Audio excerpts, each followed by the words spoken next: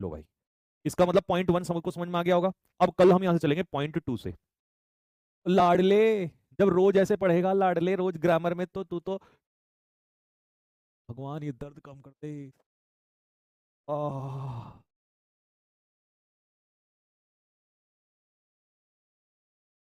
आह।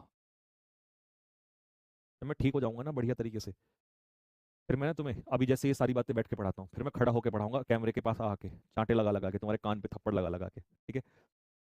पर अभी मेरा ऑपरेशन एक बार फिर से होगा, क्योंकि आपको पता है ना पैर में, आपको बस क्या ही बताऊं मैं जिंदगी का किस दर्द से गुजर रहा हूँ। ऐसे होता है ना हमारा पैर, तो हमारे पैर में ना दो हड्डी होती है, एक तो ये मेन हड्डी होती है, मोटी हड्डी, एक हल्की सी छोटी सी पीछे होती है। तो मेरे तो अब ये दोनों ही टूटी थी, तो एक रॉड तो इसमें पड़ रखी है, एक रॉड इसमें भी पड़ी हुई है। अब क्या होता है, ये रॉड तो परमानेंट होती है, परमानेंट इन द सेंस मतलब ये तो एक दो साल बाद निकलती है, और अगर मान लो कोई दिक्कत नहीं है तो अंदर रख सकते हो, मजबूती देती है, ये चुभती उबती नहीं है, ये बिल्कुल फिक्स हो जाती है, हड्डी के अंदर डलती है, ठीक है। ये वाली जो रॉड है ये क्या होती है, निकालनी होती है, ये परमानेंट नहीं होती, ठीक है। तो और इसको क्या करते हैं, यहाँ पे एंकल पे जो ये होता है ना हमारे हड्डी होती है, यहाँ लाके छोड़ देते हैं। तो मेरे को समस्या क्या है कि मेरे को इसलिए स्वेलिंग वेलिंग और ये सब दर्द, मतलब थोड़ा सा पैर यूं हो जाए ना, इसलिए दिक्कत होती है। ये चुभने लगती है, ये मतलब बाहर की तरफ छोड़ रखी है, तो जैसे ही मैं कुछ भी हल्का सा होता है मेरे पैर में एकदम से, मतलब पूरा पैर एकदम से झंझनाहट में आता है। तो ये वाली निकलेगी, अब ये 3 जनवरी को निकलनी थी, 3 जैन को निकल, डॉक्टर ने कहा था कि 3 महीने बाद निकलती है, क्योंकि मेरा 2 अक्टूबर को हुआ था ऑपरेशन। तो 3 जैन को 3 महीने बाद, 90 दिन बाद निकल जाती है। अब 3 जैन से लेकर आज तक मैं इतना भी सांस नहीं ले पाया हूँ कि मैं बैठ, तो डॉक्टर कह रहा है कि कम से कम 15 दिन आपको बिस्तर पे लेटना पड़ेगा, मतलब आप जैसे बैठता हूँ चलता हूँ वो नहीं चल सकता थोड़ा बहुत भी। तो तब जाके 15 दिन में फिर आपका ये निकल जाएगी, और फिर दिक्कत नहीं है, फिर तो आप धीरे धीरे रिकवर करके चलने लग जाओगे, फिर मतलब एक प्रॉपर उसमें आ जाओगे, चलना दौड़ना भागना, ठीक है। अब ये 3 जनवरी को होना था। पंगा ये है कि तब से लेकर अब तक मैं 15 दिन की छुट्टी लेने की कगार पे नहीं हूँ। तो तुम कहते हो ना सर जिंदगी में ये दर्द है, बेटे दर्द हमसे पूछ के, कि हम अपना उसके चक्कर में भी पढ़, मतलब अपने दर्द को भी संभाल संभाल के रखा हुआ है, इसलिए कि 15 दिन क्लास ले ली तो जो कितना बड़ा हादसा हो जाएगा। इधर तुम्हारी class, back to back classes चल रही, यूट्यूब पे क्लास चली रही थी अब तक, बुक जो बिल्कुल दिन रात काम चल रहा है, और मेरे जो अलग बैचेस हैं सब रुक जाएगा। तो ये समस्या। अब मैं ये सोच रहा हूँ कि जो होली पे छुट्टियां पड़ेंगी, होली पे पड़ती है ना, छुट्टी पड़ती है कुछ दिन की, तो मैं उनमें से और एक दो छुट्टी, दो चार छुट्टी फालतू ले लूंगा, फिर उस समय, क्योंकि उस लेटने लेटने का काम रह जाएगा, ठीक है। तो अगर उस समय तक इस बैच में भी काफ़ी कुछ चीज़ें, बहुत चीज़ें मैं खिंचवा चुका हूँ, इसलिए मेरा प्लान है कि संडे टू संडे मैं इस बैच के अंदर भी, कोशिश है कि जैसे संडे में या किसी दिन मुझे लगा तो मैं नोटिस डाल दिया, बच्चों आ जाओ, संकल्प लक्ष्य दोनों आ जाओ, और प्रैक्टिस मरवाते हैं, ठीक है। अब तुम्हारे दिल में एकदम सुकून आया होगा, यार ये आदमी क्या ही बवाल करके मानेगा, मानूंगा मैं, बवाल ही करूंगा इस साल पूरे भारत में, ठीक है। कि भाई प्रैक्टिस बीच बीच में लेता रहूंगा मैं, चैप्टर वाइज बेसिक्स चलने दो, वो कैब बेसिक चलने दो, रीडिंग कॉम्प्रिहेंशन बेसिक चलने दो, और बीच में जैसे मोस्ट इंपॉर्टेंट 100 क्वेश्चन उठा लिए, किसी दिन ऐसे ही मिसलिनियस फिलअप्स उठा लिए जिनको लोग नहीं करते हैं, है ना, फ्रेजल वर्ब्स किसी दिन उठा लिया, इस टाइप में। ये ऐसी ऐसी चीजें बीच में जो पेपर में मार्क्स दिलाती हैं, ठीक है।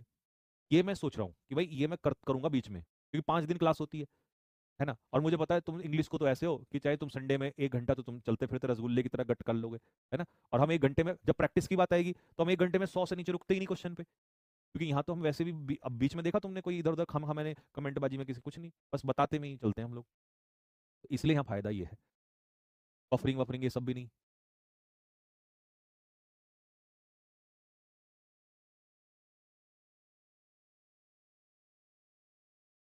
सर आप छुट्टी ले लो, नहीं बेटा अभी नहीं ले सकते, 7 days 7 मैराथन वाली क्लास कब से हो, वो कल से होगी, कल 11 बजे होगी, 3 बजे तो बेसिक की क्लास है, 11 बजे होगी कल से।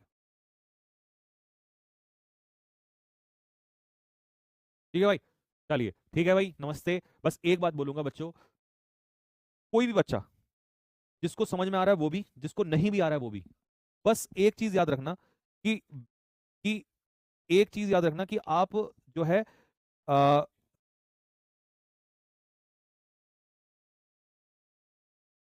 एक चीज को ध्यान रखना कि पेशेंस रखना, बस पेशेंस। अगर तुमने पेशेंस बना के रखा ना, मैं चैलेंज करके कह सकता हूं यहां से, आने वाले 4 महीनों में ना, 4 महीनों में इस भारत में किसी भी टीचर से ज्यादा कंटेंट तुम्हारे पास होगा, और ज्यादा से ज्यादा चीजें तुम सीख चुके होंगे, बस थोड़ा सा समय देना पड़ेगा, पेशेंस। और ये पेशेंस तुम मुझसे सीख सकते हो, ये मेरा पेशेंस ही तो है। एक बार बताओ, मैं इसकी कसम खा कह रहा हूँ, ये मेरी रोजी रोटी है, इसने मुझे जिंदगी में रोटी दी है, ठीक है।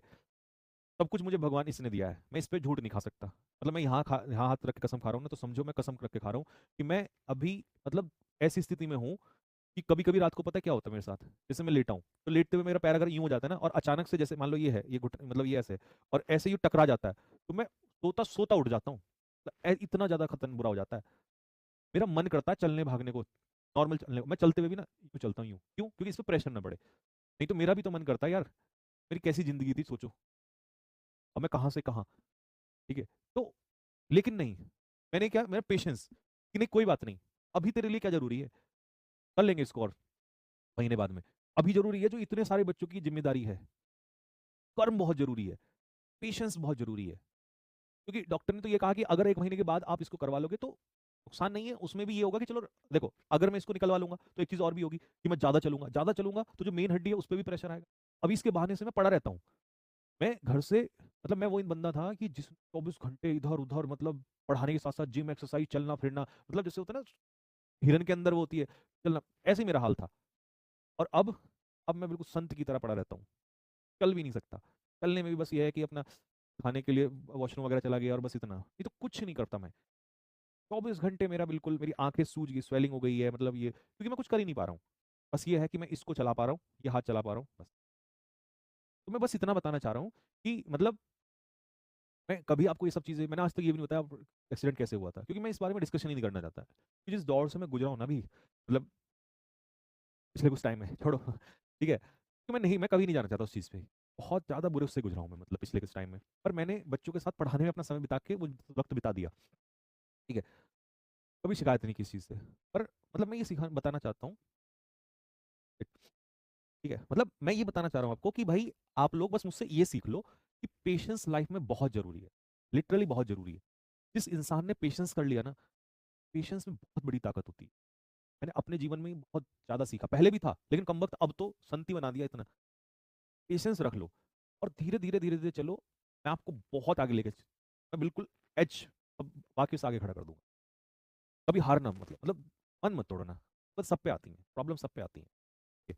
लेकिन पेशेंस बहुत, ठीक है भाई, चलिए, ठीक है, तो पेशेंस रखना है। और ये मेरा वादा है कि तुम्हें इंग्लिश में उस स्टेज पे ले जाके छोड़ूंगा जहां से मैं कह दूंगा जाओ बच्चों अब तुम उड़ लो अपने आप। बाकी तब तक मैं खड़ा हूँ पीछे।